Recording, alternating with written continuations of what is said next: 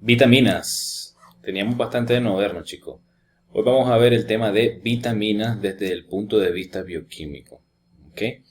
Y lo que vamos a ver en el capítulo de bioquímica es acerca, pues, de que nos demos cuenta qué importancia tienen las vitaminas en las reacciones bioquímicas o en todas las reacciones del metabolismo que tiene que ver en las células, ¿verdad?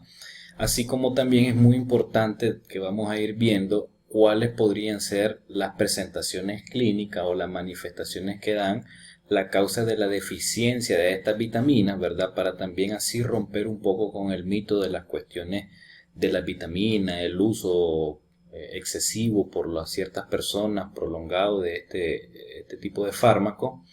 Y así como también conocer que muchas de ellas de hecho tienen toxicidad por el exceso de vitamina, ¿verdad?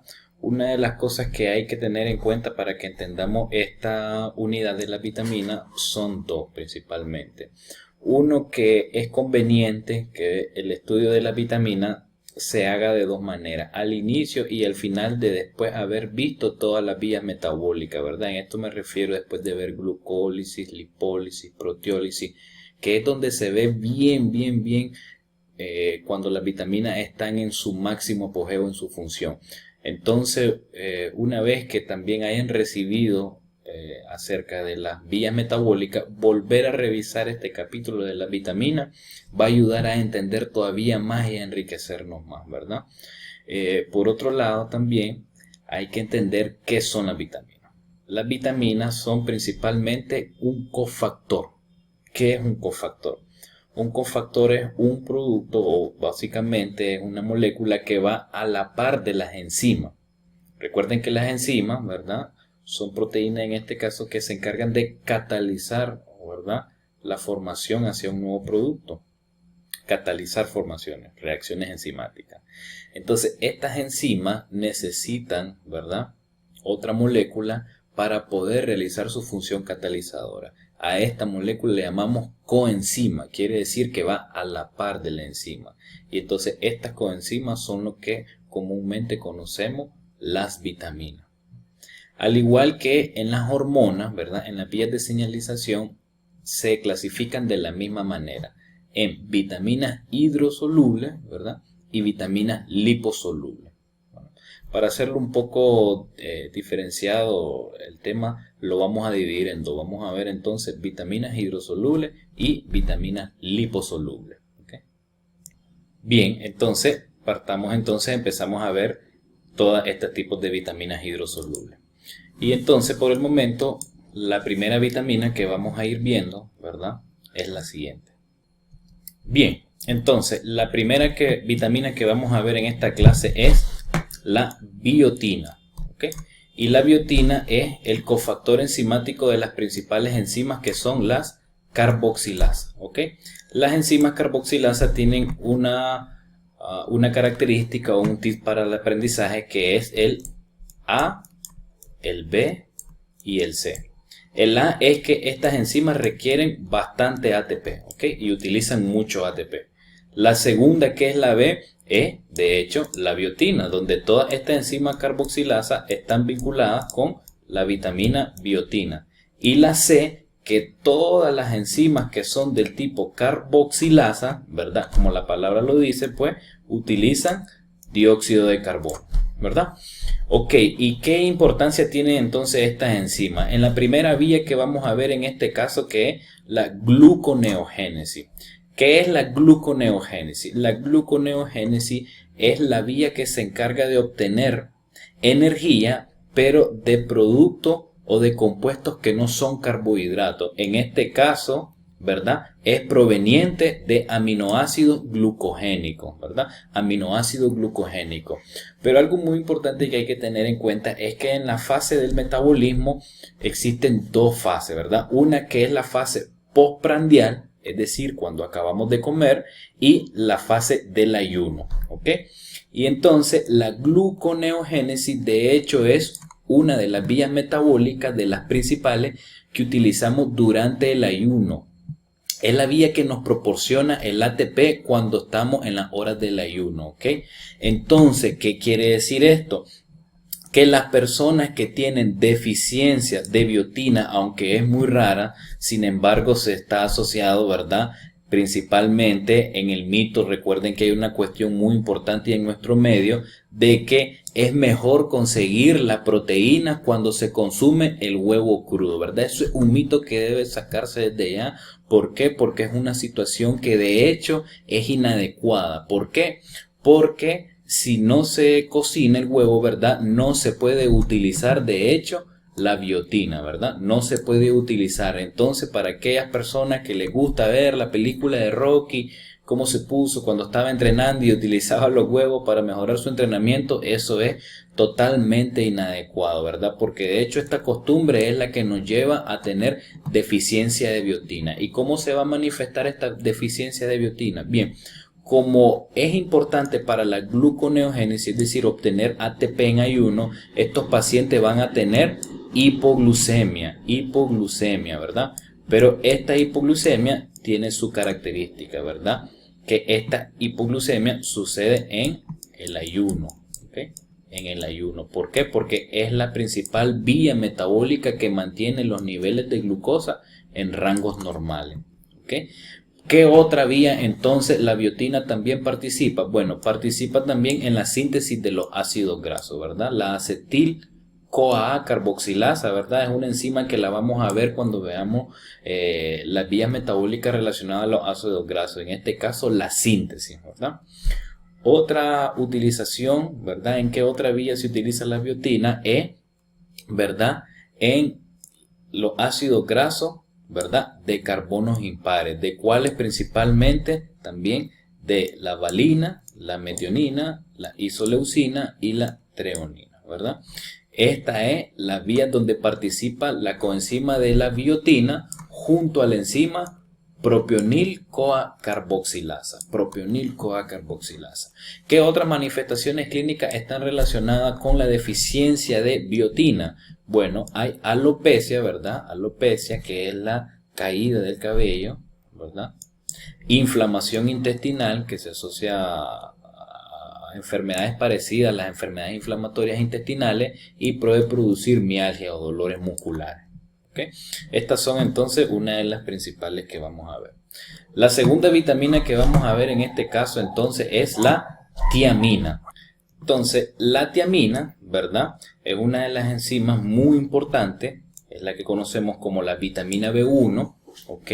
Participa como cofactor enzimático principalmente, ¿verdad? De estas dos enzimas que son deshidrogenasas, ¿ok? Vamos a hablar de estas dos porque son una de las más primordiales, ¿verdad? Cuando hablamos de enzimas deshidrogenasas, nos referimos a enzimas que están vinculadas con la producción de ATP. Entonces, en este caso, la tiamina es una de los coenzimas muy vinculada con la producción del ATP, ¿verdad? ¿Y en qué vía? De hecho, es probablemente en una de las vías más importantes de la célula, que es la glucólisis, ¿verdad? La glucólisis, que es la degradación de los productos de los carbohidratos hacia producir el ATP. Y entonces, la degradación de la glucólisis va a producir piruvato, ¿verdad? Que es otra molécula, otro compuesto altamente de energía. Y después la enzima, en este caso piruvato deshidrogenasa, en esa misma vía, utiliza como cofactor enzimático a la vitamina B1, ¿verdad? Para que ésta pueda producir otro compuesto que es uno de los compuestos intermediarios más principal, que es la acetil, ¿verdad? Famosísima coenzima A, ¿verdad? Y esta acetil coenzima A va a entrar al ciclo de Krebs, ¿verdad? Para que de aquí se liberen las cantidades de electrones libres, ¿verdad? Así como también en forma de nicotinamina, adenín dinucleótido y el flavín adenín dinucleótido, que lo vamos a ver porque son las siguientes vitaminas vinculadas en este caso, y estas son las que van a entrar a la cadena respiratoria y a la fosforilación oxidativa para producir el ATP. Entonces, como pueden ver, en este caso, ¿verdad? La tiamina participa en una de las principales vías metabólicas para producir ATP. ¿Ok? Ahora bien, ¿cuáles son las manifestaciones clínicas que se presentan por deficiencia de tiamina? Pero algo más también, ¿en qué pacientes o en qué situaciones los vamos a ver? Bien, la tiamina se encuentra mucho en casi la mayoría de la alimentación occidental que tenemos, ¿verdad? Sin embargo, está muy relacionado, ¿verdad?, en ciertos países orientales donde consumen alto contenido de arroz, pero este arroz, ¿verdad?, puede ser lavado por mucho tiempo y entonces se desprende de la cáscara la vitamina B1 y puede haber deficiencia en estos lugares, ¿verdad?, de vitamina B1. Eso lo digo en consideración, ¿verdad?, por las costumbres que tenemos de bastante de lavar el arroz. En el caso si ya viene bastante cuidado adecuadamente, pues no es necesario si no está sucio. ¿Por qué? Porque perdemos la vitamina B1, ¿verdad?, que se encuentra en la cáscara. En el medio, en nuestros países occidentales, la causa más común de déficit de vitamina B1 es el alcoholismo. Y de hecho, en nuestra práctica clínica, aquí me voy a detener un poquito, ¿verdad?, porque esto se ve pero que montón en los hospitales, ¿verdad? ¿Y de qué manera se ve? Bueno, como en el alcohol, ¿verdad? Estos pacientes no se nutren adecuadamente porque ellos reciben energía propia del alcohol que produce también acetilcoenzima A, pero no se nutren adecuadamente de estos cofactores, entonces por lo tanto ellos tienen déficit de vitamina B1, entonces ellos no logran obtener la adecuada cantidad de ATP que requieren. Y una de las principales manifestaciones clínicas es la encefalopatía de Wernicke, ¿verdad? ¿Y qué es la encefalopatía de Wernicke? Es una afectación neurológica del sistema nervioso central donde el paciente tiene ataxia. Ataxia, ¿verdad?, es un trastorno de la marcha, ¿verdad?, que es lo que vemos comúnmente cómo se caminan estas personas, estos pacientes alcohólicos. Nistagmo, ¿verdad?, que son los movimientos oculares repetitivos, ya sean horizontal o vertical, y oftalmoplegia, ¿verdad? ¿Qué es lo que sucede, verdad? Que el alcohol, ¿por qué sucede esto? El alcohol produce daño directo, ¿verdad?, anatómicamente en los cuerpos mamilares, ¿verdad? Y entonces esta afectación se ha visto en estudios de patología, por eso es que tiene mucha importancia el estudio de la vitamina B1, ¿verdad?, en estos pacientes porque se ha correlacionado patológicamente, ¿verdad? En los pacientes alcohólicos con déficit de vitamina B1, el alcohol produce daño en los cuerpos mamilares y esto es lo que produce, ¿verdad?, las manifestaciones clínicas también. Así como también no requieren o no obtienen la cantidad de energía adecuada, ¿verdad? Y por otro lado, esta encefalopatía de Wernicke, de hecho, se conoce de un solo con el síndrome de Wernicke o Wernicke-Korsakoff, que es ¿verdad?, la encefalopatía de Wernicke con la psicosis de Korsakoff. ¿Y qué se manifiesta este síndrome? Con una manifestación clínica que es confabulación.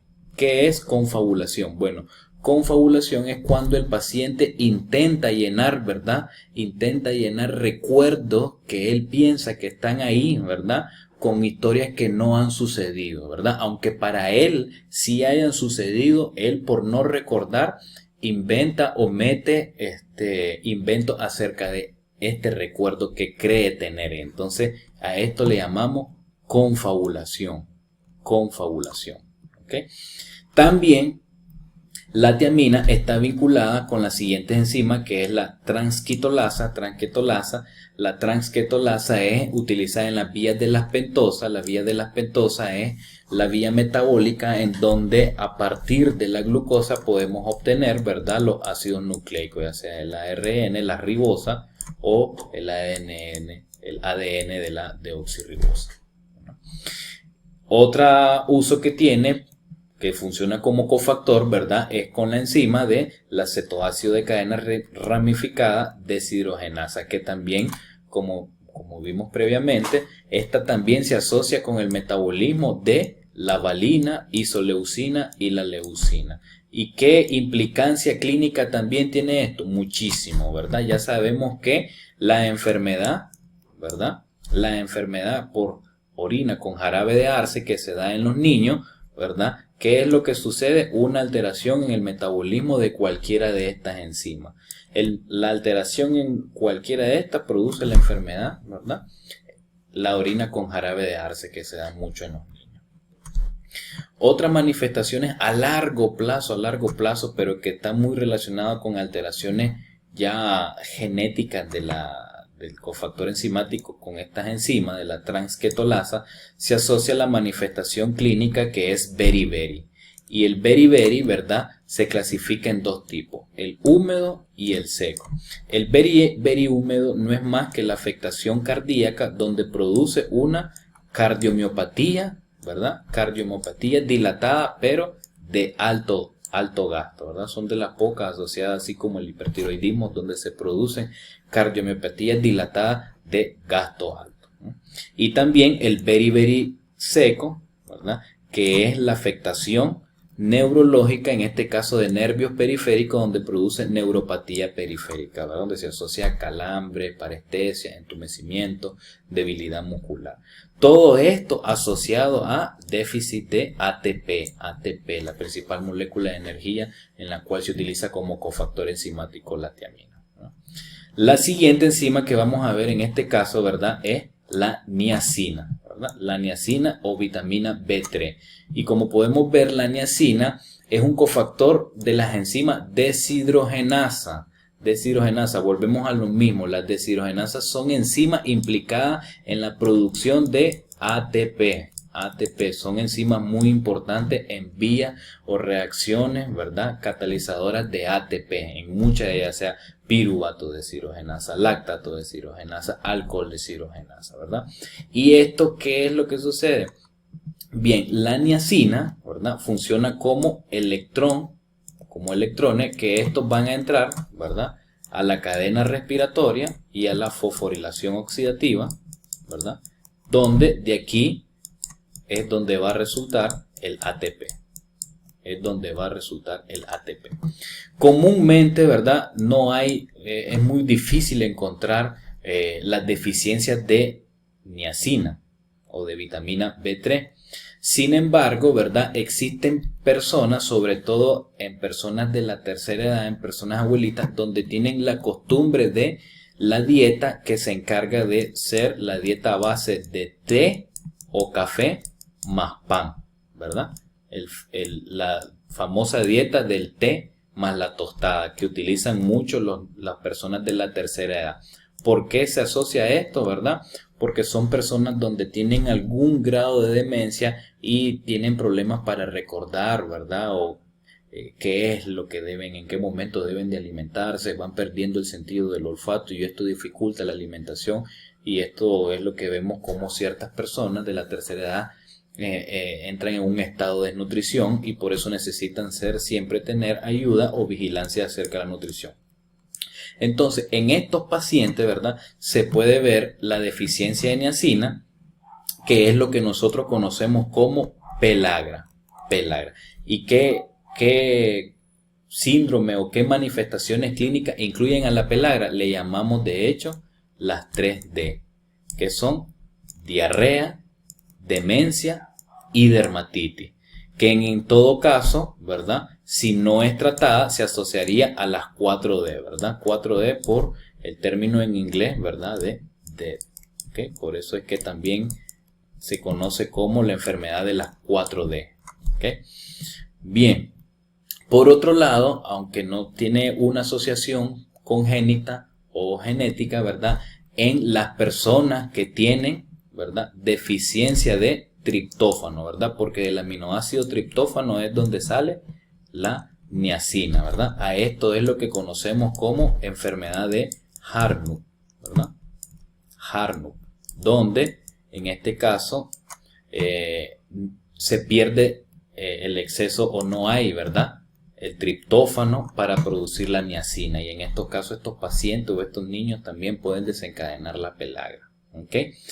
Vamos a hacer un puente, ¿verdad?, hacia la farmacología, y es que actualmente altas dosis de niacina, ¿verdad?, son utilizados para tratar la hiperlipidemia, ¿verdad?, el exceso o la elevación de triacilglicéridos, ¿verdad?, una de las terapias que tenemos actualmente son altas dosis de tiamina, ¿verdad? Y estas son las manifestaciones clínicas de la deficiencia de tiamina. La pelar, una característica dermatológica clínica, ¿verdad? Esta B, la B del escote, ¿verdad? Como ven aquí, que se manifiesta con lesiones hiperpigmentadas, descamativas, ¿verdad? Con áreas de liquenificación, inflamación crónica, ¿verdad? La siguiente vitamina que vamos a ver en este caso es el ácido fólico o tetrahidrofolato, ¿verdad? Y en este caso el ácido fólico es una vitamina muy importante porque funciona como cofactor en las enzimas timidilato sintetasa, ¿verdad? Que estas las vimos en los inicios de las clases de bioquímica, en la parte de biología molecular, porque cataliza la formación de timina, ¿verdad? Hacia uracilo, ¿verdad? Entonces, ¿qué quiere decir? ¿Verdad? Que sirve para la síntesis de las pirimidinas, pero no solo eso, ¿verdad? En la metilación que sucede aquí, que utiliza ácido fólico, ¿verdad? Para hacer la formación de timina hacia el uracilo, es para la síntesis final del ADN. Entonces, ¿qué quiere decir? ¿Qué importancia tiene esto? Que la deficiencia de ácido fólico o folato conlleva a alteraciones en el ADN. Esto es muy importante. ¿Por qué? Porque estas deficiencias pueden conllevar a errores congénitos muy graves, ¿verdad? Y de hecho, las situaciones como el embarazo, que es una situación, ¿verdad?, donde un producto va creciendo, necesita mucho ADN porque las células se están reproduciendo y tienen que crecer, ¿verdad? Entonces necesitan ácido fólico, ¿eh? Los pacientes que son alcohólicos y los pacientes que están en hemodiálisis también, ¿verdad?, pueden tener deficiencia de ácido fólico, ¿verdad? Una de las principales cosas es con el embarazo, que de hecho se recomienda a las personas que tienen planeado un embarazo, ¿verdad?, justo antes tomar ácido fólico para evitar, ¿verdad?, los defectos del tubo neural, ¿verdad?, que son las principales manifestaciones. Por otro lado, también la médula ósea es muy dependiente del el ácido fólico o el tetrahidrofolato, y en estas situaciones, cuando hay deficiencia, se produce una característica clínica, ¿verdad?, y hematológica, que es la famosa anemia megaloblástica, ¿verdad?, que lo vamos a ver junto también con la vitamina B12, que es una anemia de tipo macrocítica, es decir, los eritrocitos son más grandes de lo normal. Otra alteración que puede producir la deficiencia de ácido fólico es incremento de la homocisteína, ¿verdad? Y esto conlleva incremento de riesgo de trombosis, es decir, estos pacientes, ¿verdad?, tienen riesgo incrementado de evento cerebrovascular, infartos a edades tempranas, etc. ¿Okay? Así como también el ácido fólico sirve también en la síntesis de las purinas. Entonces, como podemos ver, está encargado, ¿verdad?, de la síntesis del ADN, muy importante, ¿verdad? Aquí podemos ver los defectos del tubo neural que pueden suceder, como son la espina bífida oculta, el meningocele o el mielomeningocele en su fase más grave, que también podría ser la anencefalia, ¿verdad?, que es una situación incompatible con la vida, ¿verdad? Aunque las otras son compatibles, también puede llevar hacia anencefalia, ¿verdad?, que no se cierra por completo y no hay desarrollo del cráneo. La siguiente vitamina que vamos a ver, la cianocobalamina o vitamina B12, ¿verdad? La vitamina B12 es el cofactor enzimático, ¿verdad? Entonces, la cianocobalamina o vitamina B12 es el cofactor enzimático de dos enzimas muy importantes, la homocisteína metiltransferasa, ¿verdad?, y la metilmalonil coamutasa, ¿verdad? Una cosa muy importante es la acción de la homocisteína metiltransferasa, que lo que hace es que utiliza, ¿verdad?, los depósitos del ácido fólico, y estos pueden ser utilizados. ¿Qué quiere decir esto? Que si no hay vitamina B12, por mucho ácido fólico que haya, esto no puede ser utilizado. Entonces, de manera indirecta, las deficiencias de vitamina B12 conllevan también a deficiencia de ácido fólico, ¿verdad? Y es por eso que una de las principales manifestaciones clínicas es la anemia de tipo megaloblástica, que de hecho se puede dar ante la deficiencia de ambos, ya sea solo del ácido fólico o de la vitamina B12, que indirectamente conlleva a deficiencia de esta, ¿verdad? Otra situación que hay que tener en cuenta, ¿verdad? Es que la vitamina B12, cuando nosotros la ingerimos, ¿verdad? Para que ésta pueda ser absorbida durante el tubo digestivo, este necesita un factor muy importante que es el factor intrínseco. ¿Ok? ¿Cómo funciona esta parte del factor intrínseco?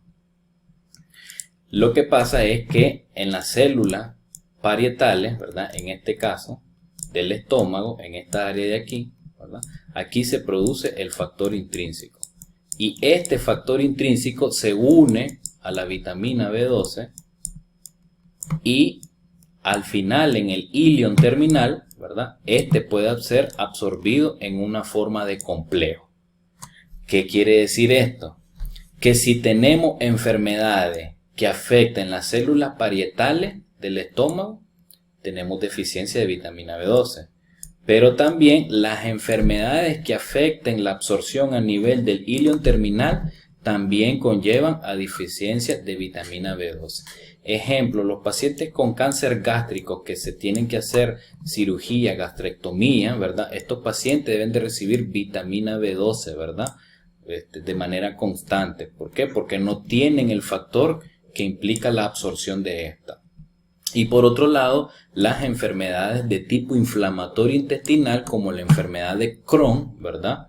Produce una ileitis donde afecta la porción donde se va a absorber la vitamina B12. Y estas son otras causas de deficiencia de vitamina B12. Otra causa muy rara, pero que se puede dar, ¿verdad? Es la infección por la tenia del pescado, el famoso Diphyllobothrum latum, ¿verdad? Que son tenias aproximadamente de 8 a 10 metros, que viven en el intestino y básicamente se alimentan de la vitamina B12. ¿Okay? Y esto también puede conllevar a deficiencia de vitamina B12. ¿Cuáles son entonces las manifestaciones clínicas de la deficiencia de vitamina B12? Uno, ¿verdad? Como podemos ver en esta imagen, la imagen de un eritrocito normal. Este es el tamaño de un eritrocito normal y de un leucocito, ¿verdad? En este caso, un neutrófilo que tiene aproximadamente su segmento lo más 3 a 4. Entonces, hay un dato patognomónico casi de hecho único de la anemia megaloblástica por déficit de vitamina B12 y ácido fólico, y es que dan una anemia de tipo macrocítica, como pueden ver aquí un eritrocito más grande, pero la característica patognomónica es el neutrófilo hipersegmentado. Vean bien, aquí hay un neutrófilo con 3, 4, 5, 6, 7, 8 núcleos. Entonces esta característica es casi patognomónica de la anemia megaloblástica por déficit de vitamina B12 y ácido fólico, ¿verdad? Por otro lado, ¿verdad? Aquí tenemos una imagen de la columna vertebral o la médula espinal.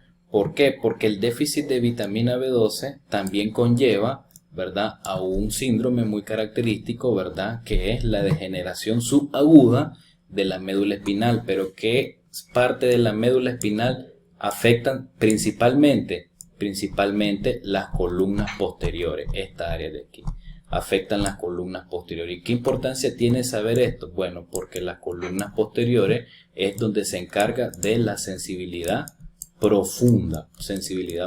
Entonces estos pacientes tienen alteraciones, ¿verdad?, en el sentido de la posición, de la vibración, ¿verdad?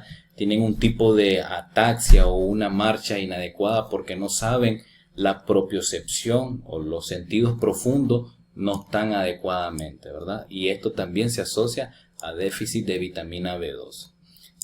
Que está teniendo auge bastante en la actualidad con el déficit de vitamina B2 y estas alteraciones neurológicas en los pacientes diabéticos con el uso crónico de metformina, ¿verdad? Se ha visto que el uso crónico de metformina podría conllevar a déficit de vitamina B12 y asociarse a la neuropatía periférica que estos pacientes también sienten. ¿Okay? La siguiente vitamina que vamos a ver es la vitamina B6 o la piridoxina, ¿verdad? O piridoxal. Y básicamente la piridoxina funciona en las reacciones de transaminasa. Transaminasa o se conoce como efecto de desintoxicación. Son las enzimas que se encargan de desintoxicar en el hígado, ¿verdad? ¿Y de qué manera? Bueno, recuerden que estas se encargan de que las bases nitrogenadas, producidas del metabolismo de las proteínas puedan ser metabolizadas y después puedan ser digeridas y eliminadas, ¿verdad? Entonces, ¿qué quiere decir? Que la deficiencia de la vitamina B6 podría dar alteraciones con relación a la desintoxicación de ciertas moléculas, ¿verdad? ¿Cuál es la causa, de hecho, más común de deficiencia de vitamina B12? Hay que tener en cuenta con la pregunta como se haya. La causa médica más común de deficiencia de vitamina B12 es cirrosis hepática, ¿verdad? Cirrosis hepática o hepatopatía crónica asociada al alcoholismo, ¿verdad? Esa es la causa médica. Sin embargo, la mayor o la que más se ve asociada a vitamina B6 es la terapia con isoniazida con los pacientes que tienen tuberculosis, ¿verdad? Entonces, el uso prolongado de isoniazida conlleva a deficiencia de vitamina B6 y estos pacientes van a desencadenar un tipo de neuropatía periférica, ¿verdad? Entumecimiento, calambres, parestesia, debilidad periférica, ¿verdad? Por otro lado, la siguiente enzima que funciona como cofactor con la vitamina B6 es la delta-aminolebulinato sintetasa, ¿verdad? Y esta enzima es muy importante para la síntesis del grupo hemo de la hemoglobina. Sabemos que la hemoglobina está compuesta por un grupo hemo, en este caso, y el aminoácido globina. Entonces, cuando se está formando este grupo, que es muy importante, ¿verdad? La enzima que se encarga de crearlo utiliza vitamina B6. Entonces, en los pacientes que hay vitamina B6 vamos a tener una alteración hematológica que es algo que llamamos anemia de tipo sideroblástica. Anemia de tipo sideroblástica. Entre otras manifestaciones clínicas que se pueden presentar como queilosis o estomatitis, que vamos a ver que es esta manifestación clínica, y en ciertas situaciones muy severas hasta se puede presentar como convulsiones. Pueden ver en esta imagen que es la queilosis, como en los ángulos de la boca se ven estas erosiones, y la estomatitis, ¿verdad? Que conocemos también como aftas, ¿verdad? Que se presentan en las mucosas bucales. ¿Okay? La siguiente enzima que vamos a ver es la riboflavina o vitamina B2, que es el flavin adenin dinucleótido, ¿verdad? Este es una coenzima que también sirve como cofactor en las enzimas de deshidrogenasa, ¿verdad? Productoras de energía, recuerden, ¿verdad? Y la riboflavina, de hecho, es el otro electrón asociado como la niacina, que son los que se encargan de entrar a la cadena respiratoria y producir ATP. Se ha visto en cuestiones patológicas, en reportes patológicos, que la deficiencia de riboflavina o B12 se asocia a neovascularización corneal, queilosis también o estomatitis, y una característica clínica muy característica de ello, ¿verdad? Para tenerlo en cuenta, es la lengua color magenta, ¿verdad? Color magenta como color violáceo, como pueden ver en esta imagen, una lengua de este color es muy característico, ¿verdad? De la deficiencia de riboflavina. La siguiente enzima es muy importante, ¿verdad? Que es el ácido ascórbico, el ascorbato. Esto es la vitamina C. Muy importante la vitamina C, ¿verdad? Porque se ha hablado mucho acerca de la protección y mucho énfasis en las personas que toman también de manera crónica la vitamina C, como la protección hacia los cuadros respiratorios. La vitamina C es un cofactor de una enzima muy importante que es la prolil y lisil hidroxilasa. ¿Y qué es esta enzima?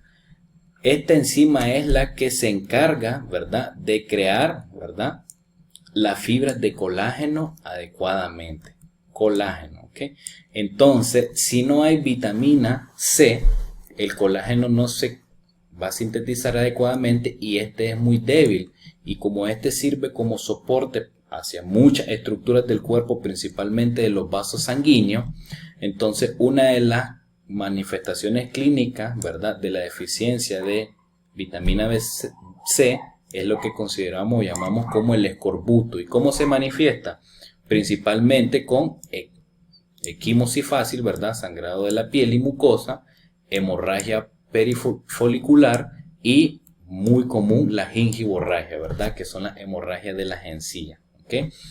Algo muy importante que desde el punto de vista del laboratorio y bioquímico, hay dos vitaminas que se asocian a trastornos de la coagulación y es la vitamina C y la vitamina K. Ambas pueden dar este tipo de manifestaciones clínicas. Pero ¿cómo nos haría o nos ayudaría a determinar bioquímicamente o en base al laboratorio cuál es cuál? Bueno, la respuesta está en que la vitamina C incrementa el tiempo de sangría, ¿verdad? Pero los tiempos de coagulación son normal. A diferencia de la vitamina K, que el tiempo de sangría es normal, pero él incrementa el tiempo de protrombina. Eso también lo vamos a revisar de nuevo en la vitamina K. Por otro lado, es muy importante que la vitamina C, ¿verdad? En el caso de en la absorción del hierro, funciona como un ayudante en el tracto gastrointestinal para que éste pueda ser absorbido. Sabemos que el hierro normalmente puede ser consumido en forma de férrico, ¿verdad? Pero este no es absorbido, entonces este debe ser transformado hacia su forma de tipo ferroso y este se une a la vitamina C para ser absorbido, ¿verdad? Principalmente en el duodeno y en el intestino delgado. Entonces, el déficit de vitamina C también se asocia también a disminución del hierro con la consiguiente anemia ferropénica. De hecho, en los pacientes con anemia por carencia de hierro es muy recomendado que el hierro que se da sea dado junto con la vitamina C. ¿Para qué? Para aprovechar, ¿verdad?, la absorción de esto. ¿Okay? Otra asociación que tiene la vitamina C es en la enzima dopamina hidroxilasa. ¿Qué es la dopamina hidroxilasa? Es la enzima que se encarga de transformar dopamina hacia norepinefrina, ¿verdad? Es en la síntesis de las catecolaminas. ¿Okay? Como pueden ver entonces en esta imagen, se puede ver la hemorragia perifolicular. Esta es la característica clínica del déficit de vitamina C. La siguiente vitamina que vamos a ver es la vitamina B5 o ácido pantoténico, ¿verdad? Como la palabra lo dice, ácido pantoténico CoA, ¿verdad? Es el cofactor enzimático de las enzimas, ¿verdad?, que van a conllevar al producto de el CoA, ¿verdad?, como el acetilcoenzima A, el succinilcoenzima A, etc. Las enzimas ácido graso sintetasa, la acil-CoA sintetasa, ¿no?, en la enzima piruvato deshidrogenasa y en la alfa-cetoglutarato deshidrogenasa, ¿verdad? ¿Por qué? Porque ambas, la piruvato es la que nos va a producir acetil, ¿verdad?, coenzima A, y en este caso, en la enzima alfa-cetoglutarato deshidrogenasa es lo que nos va a producir el succinil, igual, coenzima A, que ambos, ¿verdad?, están en el ciclo de Krebs para al final dar el famoso producto final que más nos importa, que es el ATP.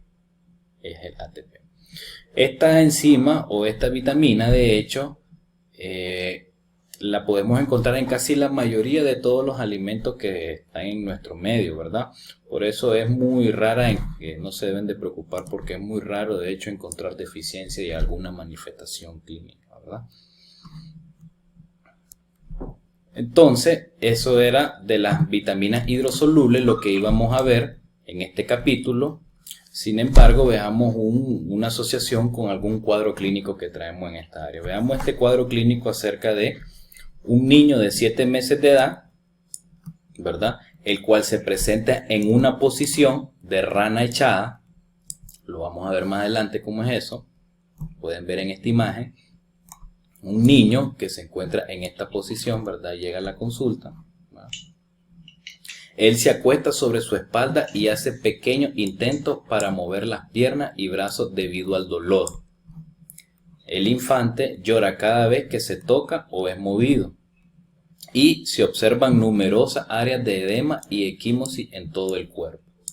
La madre le informa que fue alimentado con pacha, pero que sin embargo ella refiere que se sentía muy ansiosa y debía de hervirla excesivamente, ¿verdad?, la leche, de hecho más de lo recomendado, ¿no? Esto para asegurarse de que estuviera más estéril. En este caso clínico, de hecho, es un caso clásico de déficit de vitamina C, ¿no? ¿Por qué? Porque en el caso de cuando se hierve la leche excesivamente, como es en este caso, esto se asocia a deficiencia de vitamina C, o que ésta no pueda ser absorbida o se hidroliza completamente, ¿verdad? Se desnaturaliza, entonces no es utilizada, y estos niños entonces conllevan a deficiencia de vitamina C, que es lo que se expresa como, ¿verdad?, la posición de rana echada que tenía el niño. ¿Por qué se asocia a esto también? Y las manifestaciones clínicas, pues como vimos, ¿verdad?, que la vitamina C se encarga de que en este caso las fibras de colágeno, pueden ver, son fibras que estas después se van uniendo,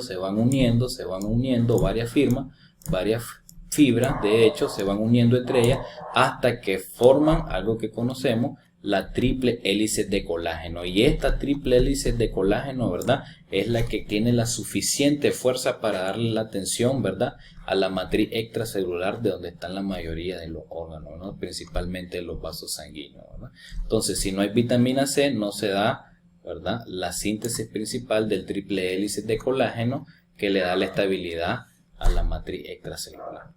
¿Okay?